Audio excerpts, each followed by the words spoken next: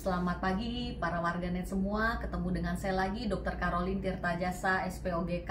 Hari ini kita akan bincang-bincang sedikit tentang ketidakseimbangan hormonal. Nah, kata-kata ketidakseimbangan hormonal ini pasti sering ibu-ibu dapatkan dari dokter-dokter kandungan, ya.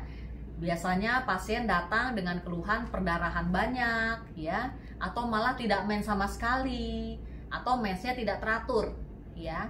Sebetulnya istilah ketidakseimbangan hormonal ini istilah awam saja, ya, yang menggampangkan supaya ibu-ibu lebih mengerti, ya. Tapi sebetulnya yang terjadi adalah proses anovulasi atau tidak terjadinya ovulasi pada siklus yang seharusnya berovulasi, ya.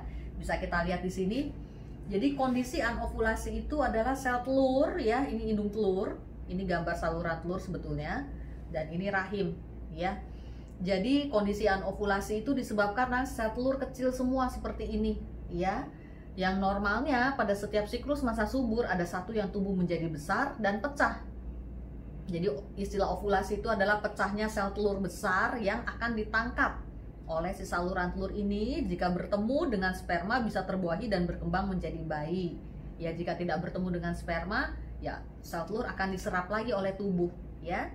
Jadi peristiwa ovulasi ini yang akan membuat siklus mens akan teratur karena diproduksi hormon-hormon estrogen dan progesteron yang bekerja berimbang untuk menghasilkan mens yang normal.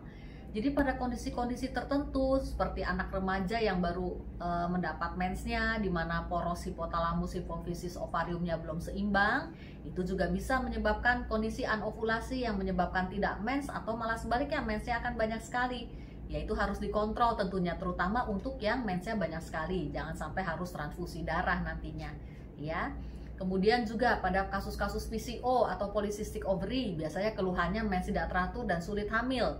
Itu juga antara lain pengaruh faktor lifestyle juga berpengaruh, ya. Jadi terapinya nanti dengan perubahan lifestyle dan juga beberapa obat-obat untuk PCO-nya, ya. Atau pada kondisi perdarahan perimenopause, ya. Jadi pasien-pasiennya umur 40-50 tahun yang mengalami perdarahan, ya.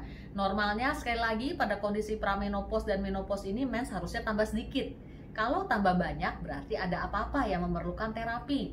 Ya, biasanya kita cek dulu adakah miom atau kista yang menyebabkan perdarahan atau adenomyosis, ya. Faktor itu atau kelainan organik kita singkirkan dulu. Miom, adenomyosis, kista, polip, ini ada tumor-tumor kandungan yang bisa menyebabkan gangguan mens, ya. Atau kondisi anovulasi tadi itu juga bisa terjadi pada pasien-pasien pramenopause dan menopause yang menyebabkan mensnya banyak, ya, sehingga menimbulkan kondisi yang kita sebut hiperplasia endometrium. Ya, sudah pernah saya bahas pada diskusi kita yang sebelumnya. Nah, kalau pada kondisi hiperplasia endometrium yang patut diwaspadai adalah apakah ada calon kanker endometrium.